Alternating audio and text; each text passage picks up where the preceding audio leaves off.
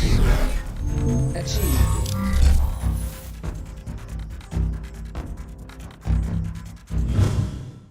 Check, check, check, check, check. Check, check, party. Welcome into Studio Day Heffrey, where, yes, I'm still not dipping. And you know what? Is the camera off? I sit up straight. I get out of the screen. Got my patch on. I don't know if you can see the patch there. Got the patch on. Got my teriyaki jerky chew. No tobacco. So yeah, I might freak out in this video today because I'm tobacco free at the moment. Thanks to everybody who told me about their experiences with it. Yesterday I Googled what happens when you stop dipping, and yes, I have every symptom. I'm freaking out. But thanks to everybody on my Facebook page, Jeff Kavanaugh. If you hit the follow there, I get a lot of content off of there. I like getting questions from there. My Twitter account at JC1053. And, of course, in the comments of the YouTube channel, youtube.com/Jeff Kavanaugh, I get a lot of your questions to get you the content. And today, I want to thank you guys because I have a whole bunch. So I'll just go until I'm tired of talking. Then I'm going to swing up to the Star and do the draft show on DallasCowboys.com with the homies. So make sure you're checking that out as well. And let's party. So today, asking Facebook can get really weird because some of the first replies were Javier. He wanted to talk about Russian sex robots. We won't do that. We won't be doing that today. Travis just said, how's Jeff doing? I think I just told you. My entire life is consumed by trying not to stop at a gas station to buy tobacco. Matthew said, let's talk about politics. I'm going to pass. Take a pass on that one. And let's see, which topics did I decide I actually wanted to do? My dream first and second round picks for the Cowboys. Somebody asked that, but I have too many questions in front of me, so I can't see. Oh, there it is. Albert is the one who asked that. Albert Anderson, thank you for the question. So let's do this way. Let me give you my actual first round grades. How about that? Because I got my 1-2s, I got my 1s, I got my 2s. Who are my actual first rounders? First rounders. I haven't watched the offensive line. I haven't watched the quarterbacks or the running backs because I focus on the Cowboys more than anything. So I'm watching the things that they could most likely pick. I know that there will be at least 2, 3, 4 offensive tackles with first round grades. I know that Burrow and Tua for me will be first round grades. Maybe Herbert, maybe Love. We'll see. But outside of those positions, here are my first round grades. Because your dream first round pick is a first round grade, right? CeeDee Lamb, Jerry Jeudy, OU and Alabama wide receivers. Henry Ruggs and Jalen Reagor, I have as 1-2s. Maybe I will make them 1s though, because I do like them more than the other guys that I have as 1-2s. So I may just need to bump them up and say, screw it, I got 4 first round receivers. At defensive end, Chase Young is a first round grade. AJ Epinesa, Kayvon Chason, Yetur Gross-Matos are all 1-2s for me. At defensive tackle, I got 2 first-round grades. Derek Brown, Javon Kinlaw. At linebacker, I have 1 first-round grade. Isaiah Simmons, Clemson. At corner, I have 1 first-round grade. Jeffrey Okudah, Ohio State.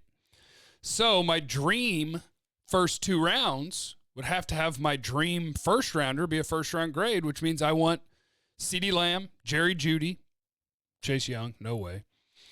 Javon Kinlaw, Derek Brown, Isaiah Simmons, Jeffrey Okudah. I don't think I can have any of them. This is why this could end up being a trade down year. Now, these are my grades. Cowboys could be totally different. I would have outdrafted them over the last 5 years, but let's not worry about that for the time being. So my dream first-round pick is that somehow Javon Kinlaw gets to 17. Because I tell you what, I might actually have Javon Kinlaw ahead of Derek Brown, the Auburn D tackle. So my dream is that he somehow gets to 17. Otherwise, I think my best players available could very well be Henry Ruggs and Jalen Reagor, speed wide receivers. Can the Cowboys really do that? Let's go. Let's drop 40. 40 burgers everywhere. So, second round pick. Second round, I think, is going to set up really well for either defensive tackle corner, safety. A lot of people are going to pull really good wide receivers out of the second round too, but so my dream draft, I guess, would be, well, it'd be Javon Kinlaw at 17 and Jalen Reagor at 51, but they're probably both not going to make it to where I'm trying to pick them. So we'll dream of a trade back. I'm dreaming of a trade down. And then at wherever you trade down to in the first round, I'll address a secondary player in the first round with either Grant Delpit, Christian Fulton, the LSU corner, or C.J. Henderson, the Florida corner. That'll be my dream, is that they trade down there, and that's the first round pick. And then in the second round, they take Jordan Elliott, the Missouri defensive tackle. And if I can't have him, Justin Madubuike, Texas A&M D tackle. And if I can't have him, Ross Blacklock, TCU defensive tackle. And if I can't have him, Neville Gallimore, OU defensive tackle. So I think my dream draft goes defensive back, defensive lineman, which is really getting away from, so I'm going to address it a different way with the next question. Because where is my guy? Here we go. Tyrone Church, he said, if we play free agency right, I think wide receiver could be the first pick if best available. So here's the beauty of this. Everything that I'm talking about right now is as of today. Today doesn't matter. What happens at the end of April is what matters. And the Cowboys last year, I did think they did a decent job, and I think they will again, of when free agency starts, they'll start filling holes. Not necessarily with great players that you want to start, but they'll add something at D tackle. They'll add something at defensive end. The goal of free agency, here's my goal of free agency before you get to an NFL draft. The goal of free agency is to prepare your team that I could go play on Sunday. Not that I'd feel great about every position, but that I could go play a game on Sunday, which frees me up as best as possible to pick the best player available so that I don't feel crazy if I pick a wide receiver in the first round. So to Tyrone's point, you do free agency right. You add a D tackle, you add a D end, just a rotational guy, but a guy that you could say, hey, you know what? We could go play. If Byron's not going to be here, you add a corner, and I'm going to be scared of that secondary without Byron. You add a strong safety, veteran guy to compete with Donovan Wilson for strong safety, and you shore it up to make sure that you're ready for the NFL draft. Once I'm ready for the NFL draft, then if I want to take Jalen Reagor, if I want to take Henry Ruggs, I can do it. If Jerry Jeudy or CeeDee Lamb falls in my lap, I take them. And I feel great about it because I'll have them graded higher than other guys that I would consider taking with that first-round pick. So, Tyrone, yes, I agree with you. Play free agency right, and then you can take the best player available in the first round. Where is the question? I do a terrible job of deleting questions after I do it. There we go. Let me get rid of that one. Steve says, why is it every time someone tries to sell me on Delpit, I end up not wanting him at 17? I just think a wide receiver or D lineman would be way more impact. At 17, I'm not going to love a Grant Delpit pick either. And I do. I really like him as a prospect. He's not a great tackler. He's kind of an up-and-down tackler. But I love to have a free safety, or I'll just call it safety. I forgot who I was seeing this morning, but a safety kind of has three jobs. And if he can do two of them, then I like him. Can you play deep? Can you cover in the slot? And can you play in the alley and tackle? If you can do two of those three things, then I feel good about you. And with Delpit, I think, yes, he can cover in the slot and he can play deep. Can he play in the alley? He can. It's not his strength. So I like the instincts at safety. I think you look at 40 times and you look at all these different things that you can measure and you go, oh, I don't know if he's got the right range. Grant Delpit has the right range because he has the right instincts. He'll let the quarterback and the route combinations take him to the ball. I like him. I just think I'll have a higher graded player or two or three available when you pick at 17. At 81 Wolfpack says, corners, when is the right time to draft one based on the strength of the draft class? And you got to see how this thing stretches, and I still got a lot of guys to watch. But, for instance, my corners. Jeffrey Okudah, Ohio State, first round. He'll go in the top 5, top 10. Christian Fulton, C.J. Henderson are my next guys, and they're going to go in the first round. Trevon Diggs is my next guy, Alabama. Jeff Gladney, TCU is my next guy. Cameron Dantzler, after that, out of Mississippi State. Noah, I had the phonetic way to say this before, but I've lost it. Igbenogany.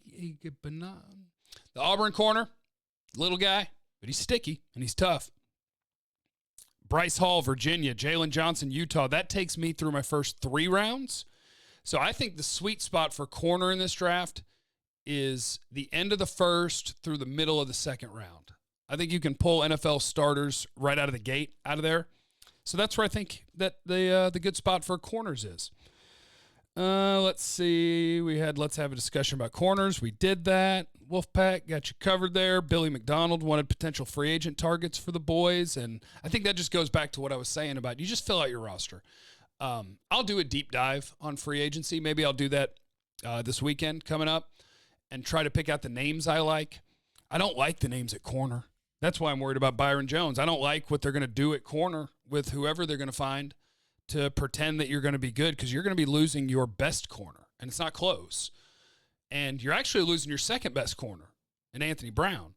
I know we all got excited. I got excited. I love Jordan Lewis as a player and as a dude on social media.